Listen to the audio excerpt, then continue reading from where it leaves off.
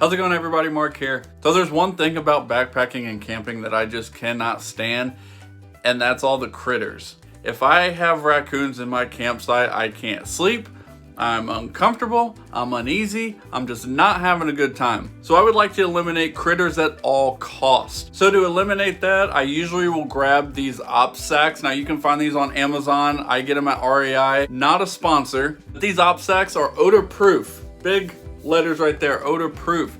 That is why I like these. If I'm carrying any type of food in a plastic baggie that is not sealed, I'm putting them in one of these bags. When I have trash to carry around, I go with one of the 12 by 20 bags. You can tell that this has been used a few times. After I'm done using one of these bags, I will take all the trash out, throw it in the trash can, and then clean it out, wash it out, and let it air dry. And this bag right here, you can tell I've used a bunch of times. Used this all last summer and it's still going strong. What I do is when I have trash after eating or drinking something, I condense it down as tight as I can. I throw it in this bag, I seal it up, I'll put it in a stuff sack.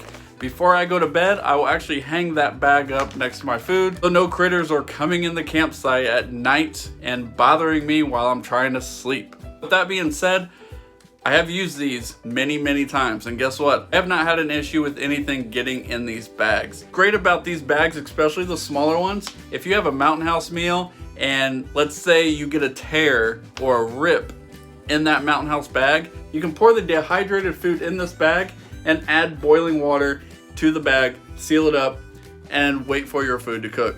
So if you've seen in my other videos on how to save money with food, and you portion your food out into smaller baggies, you can just empty one of those baggies into this bag, add the boiling water, and then cook your food that way. Now you have a resealable, a reusable, and an odor-proof bag for your dehydrated meals if need be. So to show you guys how odor-proof they are, I did a small test. My dog Kato, he loves bananas. And I don't think you understand how much he loves bananas. You can't even say the word banana without him freaking out. Soon as he hears that peel turn, he bolts to the kitchen and he's ready for that banana, and he will cry until you give him a piece. I'm gonna put a half a banana in the op bag and a half a banana in a regular Ziploc baggie and show you how odor-proof they really are. And as you can see, Kato went right to the baggie, not the op sack. If this video helped you, please leave a comment below. Thank you guys so much for watching. Please consider liking and subscribing. And as always, I'll see you in the next one.